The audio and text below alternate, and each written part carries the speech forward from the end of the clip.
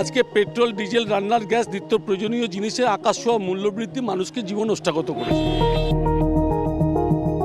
আজকে যেবারে রাষ্ট্রায়ত্ত শিল্পগুলো জলের দরে বেসরকারীকরণ করে দিচ্ছে, ব্যাংক বিমা ইন্দিরা গান্ধী জাতীয়করণ করেছিলেন, নরেন্দ্র মোদী এসে ওটা বেসরকারীকরণ করে দিয়েছে।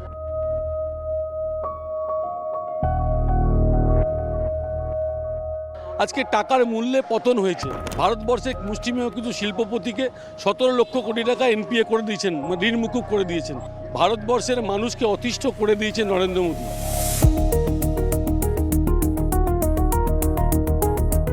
রেকর্ড করেছে বেকারত্ব সৃষ্টি করতে নরেন্দ্র মোদী সরকার। গরু পাচার মামলা শেষ করে দিয়েছে অনুব্রত মণ্ডলে, কয়লা পাচার মামলা শেষ করেছে অনুপ মাঝিতে।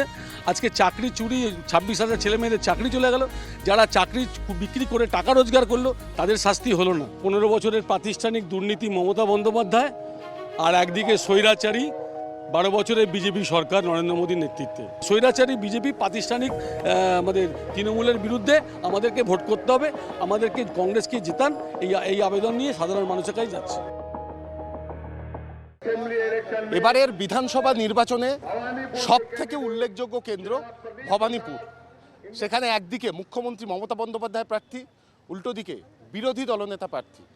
আর সেখানেই কংগ্রেসের এবারে বাজি দীর্ঘদিনের পোরখাওয়া নেতা প্রদীপ প্রসাদ রয়েছে আমাদের সঙ্গে। প্রদীপদা, অনেক ধন্যবাদ আমাদেরকে সময় দেওয়ার জন্য। প্রদীপদা, একদিকে মুখ্যমন্ত্রী আরেকদিকে বিরোধী দলনেতা, আপনার লড়াই কতটা কঠিন? আমি বিরোধী দলনেতা মনে করছি না, আমরা মনে করছি এখানে প্রার্থী নরেন্দ্র মোদী, আর এখানে তৃণমূলের সুপ্রিমো মমতা বন্দ্যোপাধ্যায়। একদিকে 15 বছরের প্রাতিষ্ঠানিক দুর্নীতি মমতা বন্দ্যোপাধ্যায়, আর একদিকে স্বৈরাচারী 12 বছরের বিজেপি সরকার নরেন্দ্র মোদীর নেতৃত্বে। যেহেতু শুভেন্দু অধিকারী বলছে আমি নরেন্দ্র মোদীর দূত, অমিত শাহর দূত, তাহলে আমরা শুভেন্দু অধিকারী প্রার্থী না, আমাদের প্রার্থী হচ্ছে নরেন্দ্র মোদী, অমিত শাহ। সুতরাং এই স্বৈরাচারী ভারতবর্ষের মানুষকে অতিষ্ঠ করে দিয়েছে নরেন্দ্র মোদী।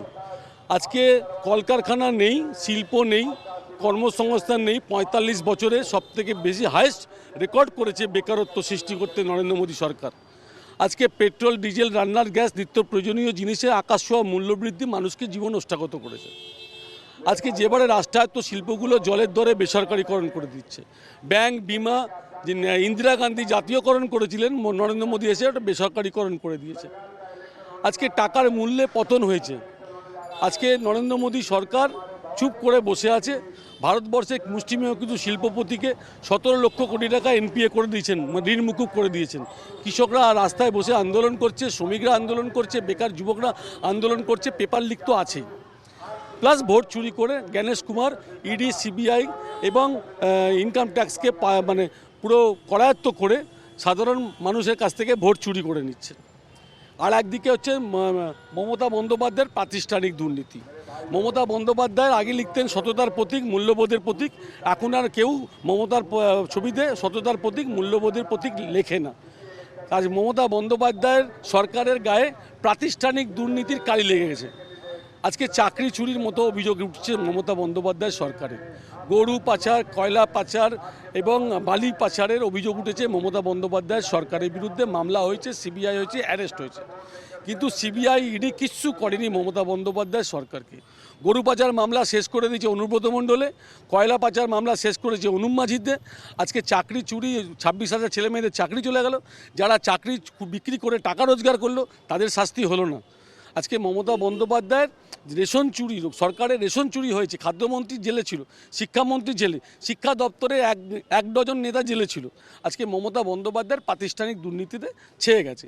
আজকে মমতা বন্দ্যোপাধ্যায় পশ্চিমবাংলার শিল্প নেই, কারখানা নেই, কিন্তু প্রত্যেক বছর আমাদের ইকো পার্কে বিজিবিএস করে, বেঙ্গল গ্লোবাল বিজনেস সামিট। প্রতিবার ঘোষণা করে লক্ষ লক্ষ কোটি টাকা এখানে ইনভেস্টমেন্ট হবে, কিন্তু কোনো ইনভেস্টমেন্ট পশ্চিমবাংলায় হয়নি, কর্মসংস্থান হয়নি। সিভিক পুলিশ আর সিভিক ভলেন্টিয়ারের ওপর দিয়ে চালিয়ে যাচ্ছে এখনও মমতা বন্দ্যোপাধ্যায়ের সরকার। তাই এখানে সাধারণ মানুষকে আমরা বোঝাচ্ছি যে প্রাতিষ্ঠানিক দুর্নীতি আর স্বৈরাচারী বিজেপি প্রাতিষ্ঠানিক আমাদের তৃণমূলের বিরুদ্ধে আমাদেরকে ভোট করতে হবে, আমাদেরকে কংগ্রেসকে জেতান, এই আবেদন নিয়ে সাধারণ মানুষের কাছে যাচ্ছে।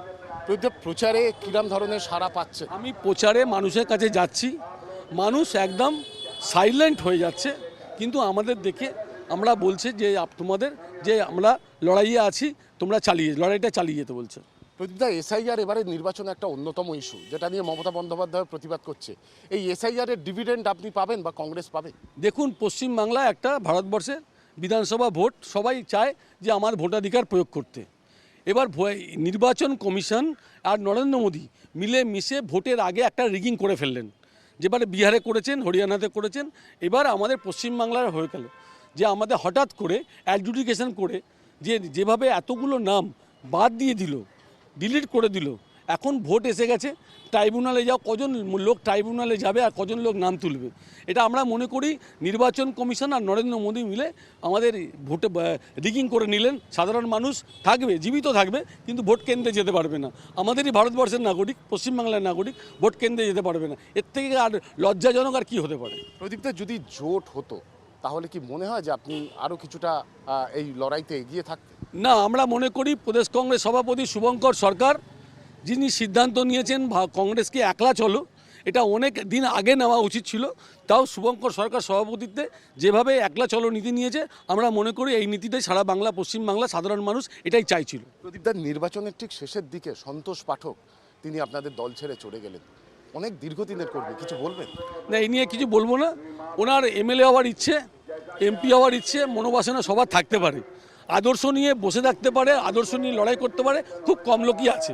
উনি ধৈর্য ধরতে পারলেন না, তাই চলে গেলেন। প্রদীপদা, গরম বাড়ছে, সেখানে দাঁড়িয়ে প্রচার, ডায়েটের ক্ষেত্রে কিছু মেনটেন করতে হচ্ছে? কোনো মেনটেন নেই। আমি 365 দিন রাস্তায় থাকি, রোদে পুড়ে জলে পুড়ে ভিজে আমরা সাধারণ মানুষের জন্য লড়াই করি। সুতরাং ভোট আমাদের কাছে নতুন কিছু নয়। শেষ প্রশ্ন আমার, জেতার ব্যাপারে এরম কঠিন লড়াইয়ে কতটা আত্মবিশ্বাসী? আমরা আত্মবিশ্বাসী আছি যে এবারে 1,60,000 ভোট আছে ভবানীপুরে। এবার তৃণমূল কংগ্রেসের প্রাতিষ্ঠানিক দুর্নীতিতে মানুষ স্থিতিবিরক্ত, আর বিজেপির স্বৈরাচারী মনোভাবে নিত্য প্রয়োজনীয় জিনিসের দাম যেভাবে বেড়েছে, গ্যাসের দাম বেড়েছে, পেট্রোল ডিজেলের দাম বেড়েছে, চাকরি নেই, কর্মসংস্থান নেই, সাধারণ মানুষ তৃণমূলের বিরুদ্ধেও ক্ষোভ আছে আর বিজেপির বিরুদ্ধেও ক্ষোভ আছে। সেই ভোটটা কংগ্রেসের আসবে, তার কারণ কংগ্রেসের মুখ্যমন্ত্রী ছিলেন বিধানচন্দ্র রায়, প্রফুল্ল সেন এবং সিদ্ধার্থ শঙ্কর রায়।